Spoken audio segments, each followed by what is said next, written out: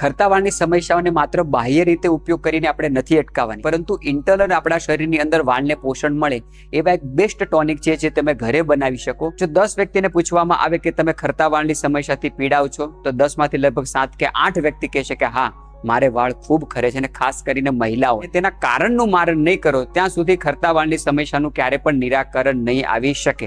બહારથી ગમે તેટલી ટ્રીટમેન્ટ કરશો એ હોઈ શકે મદદરૂપ સાબિત થઈ શકે, પરંતુ સંપૂર્ણ સમસ્યાનું નિરાકરણ એ ક્યારેય નહીં થઈ શકે, કારણ કે સમસ્યા અંદર છે અને આપણે ઉપરથી તેને નિરાકરણ કરવા માટેના પ્રયત્ન કરી રહ્યા છે.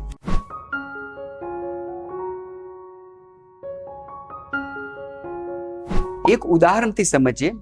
માનો કોઈ છોડ છે, પ્લાન્ટ છે, તેને તમારે પોષણ આપવું છે, તો તે પોષણ આપવા માટે તમે તેના પાન ઉપર, તેની ડાળી ઉપર દવા છાંટશો.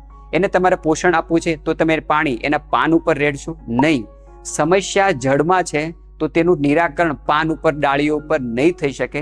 એટલા માટે તમે પાણી એના મૂળમાં રેડો છો, તેના થડમાં રેડો છો, નહીં કે તેના પાન ઉપર. તો જે કોઈ લોકોને વાળ ખરે છે એ સમસ્યાનું પહેલા તો આપણે કારણ જાણવું જોઈએ કે વર્તમાન સમયમાં શા માટે આટલી બધી વાળ ખરવાની સમસ્યા આવી છે.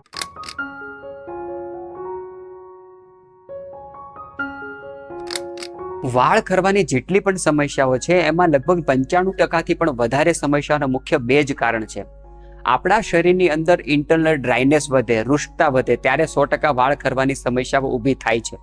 સેકન્ડ વસ્તુ છે કે ઇન્ટરનલ આપણા શરીરની અંદર જ્યારે પિત્ત વધે, હીટ વધે, આપણા શરીરનું આંતરિક વાતાવરણ વધારે એસિડિક થાય. અને વર્તમાન સમયમાં યા તો આપણા શરીરની અંદર ઇન્ટરનલ ખૂબ ડ્રાયનેસ વધી છે, યા તો મોટા ભાગના લોકોના શરીરની અંદર એટલી મોટા પ્રમાણમાં પિત્ત વધ્યું છે કે તેની સીધી અસર આપણા વાળ ઉપર થાય છે. બીજું મહત્વનું કારણ છે કે વર્તમાન સમયમાં આપણે વાળ ઉપર એટલા મોટા પ્રમાણમાં કેમિકલનો મારો કરીએ છીએ.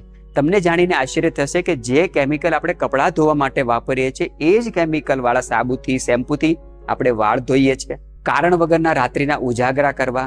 આપણા શાસ્ત્રોકારો કહી ગયા કે રાત્રે 10 વાગ્યા પછી સુઈ જ જવું જોઈએ. 12 વાગ્યા સુધી, 1 વાગ્યા સુધી કોઈ પણ પ્રકારની મજબૂરી ન હોય અને આપણે જાગતા રહીએ. યાદ રાખવું કે 10 વાગ્યાથી લઈને 2 વાગ્યા સુધીનો જે રાત્રિનો જે સમય છે એ સૌથી સારો નિંદ્રાનો સમય છે. એ સમય દરમિયાન જો આપણે જાગતા હોઈએ તો આપણા શરીરની અંદર પિત્ત ક્યારે પણ શાંત રહી શકતું નથી, વાયુ ક્યારે પણ શાંત રહી શકતું નથી. તો રાત્રિના સમય દરમિયાન સારી એવી ઊંઘ લેવી ખૂબ જરૂરી છે.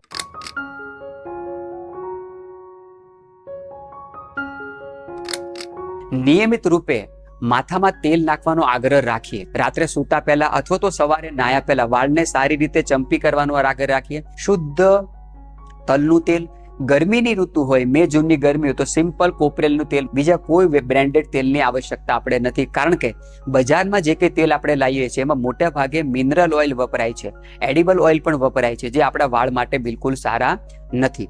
નશ્ય કર્મની આદત જરૂર રાખીએ. યાદ રાખવું, જેટલા પણ ENT ડિસઓર્ડર છે, વાળ ખરવાની સમસ્યાઓને જો તમે અટકાવી હોય તો તમારા જીવનની અંદર દિવસમાં એક વખત નશ્ય કર્મ એટલે કે નાકમાં તલનું તેલ અથવા તો ગાયનું ઘી નાખવાનો આગ્રહ રાખીએ.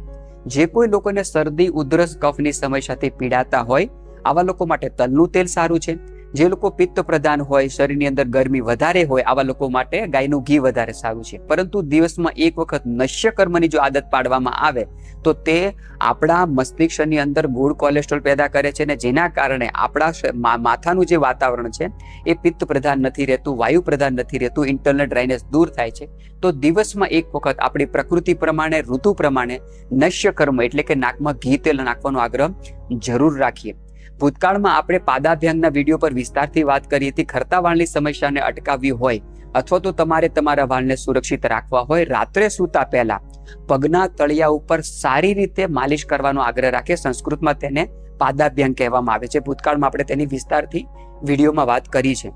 તો રાત્રે સૂતા પહેલા પગના તળિયા ઉપર સારી રીતે માલિશ કરવાનો આગ્રહ રાખીએ, જેથી કરીને વાળને ખરતા અટકાવી શકાય છે. ખોરાકમાં બને ત્યાં સુધી શુદ્ધ ઘી તેલ જ વાપરીએ. કાળમાં આપણે રિફાઇન્ડ તેલના નુકસાન વિશે વિસ્તારથી વાત કરી ચૂક્યા છે. ત્યારે માત્ર ને માત્ર પોતાના ભોજનની અંદર આપણે તેલ જે વાપરીએ છીએ, ઘાણીનું સિંગ તેલ અથવા તલનું તેલ જ ખાવાનો આગ્રહ રાખીએ. આટલા સૂચનોનું જો આપણે પાલન કરીશું તો ખરતા વાળની સમસ્યાને આપણે 100% અટકાવી શકીશું.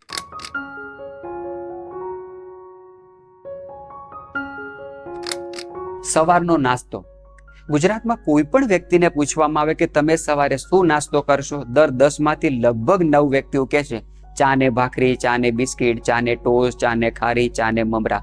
ચા ને તો જાણે હવે આપણે વ્યસન જ માનતા નથી. નાના નાના બાળકોને પણ ચા ને દૂધ મમ્મીઓ પીવડાવીને સ્કૂલે મોકલી દે છે. શા માટે? તમારા વાળ સુરક્ષિત રહે, ન જ રહે. સવારના ભોજનમાં તમારા શરીરની અંદર પ્રચુર માત્રામાં પાચક રસ હોય છે ને એવા સમય દરમિયાન જો તમે એસિડિક વાળી કોઈ પણ વસ્તુ શરીરની અંદર નાખો તો તે શરીરની અંદર એસિડ પેદા કરે છે. અને ચા ઇન્ટરનલ ખૂબ ડ્રાયનેસ પેદા કરે છે, ખૂબ પિત્ત પેદા કરે છે. શરીરની અંદર વાત અને પિત્ત બંને દોષોને વિકૃત કરવાનું કામ સવારના ભોજનમાં ચા કરે છે.